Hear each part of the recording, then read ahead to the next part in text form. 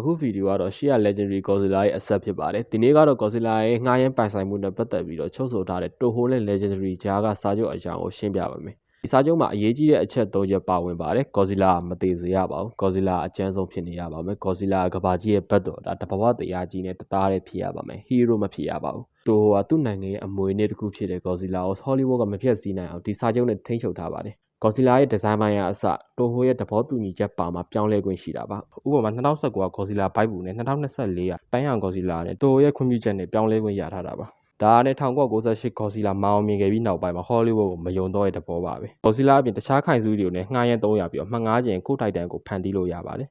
ဒါကြောင့် Original ခိုင်စုတွေကိုမမြင်ရဘဲနဲ့ Titan အသစ်တွေကိုပဲမြင်နေရတာပါ JSK မှာတော့ Mothra အစား Force Via ဆိုတဲ့ Titan တစ်ကိုထည့်ဖို့လုပ်ခဲ့တာပါ Mothra နဲ့ပတ်သက်ပြီးအသုံးပြုခွင့်လိုင်စင်ရခါမှာ Force Via ကို filter ခဲ့ပြီးတော့ Mothra ကိုစားထိုးခဲ့ပါတယ်သတင်းကောင်းအနေနဲ့ကတော့ Space Godzilla ကိုလည်းလိုင်စင်ရငှားရမ်းထားမှာမို့ Supernova မှာစပြီးမြင်ရဖို့ရှိပါတယ်အကယ်၍ Godzilla ရုပ်ရှင်တွေကိုပြန်ကြည့်တင်နေဆိုရင်တော့ကျွန်တော်ရဲ့ကိုသား channel မှာလာကြည့်လို့ရပါတယ်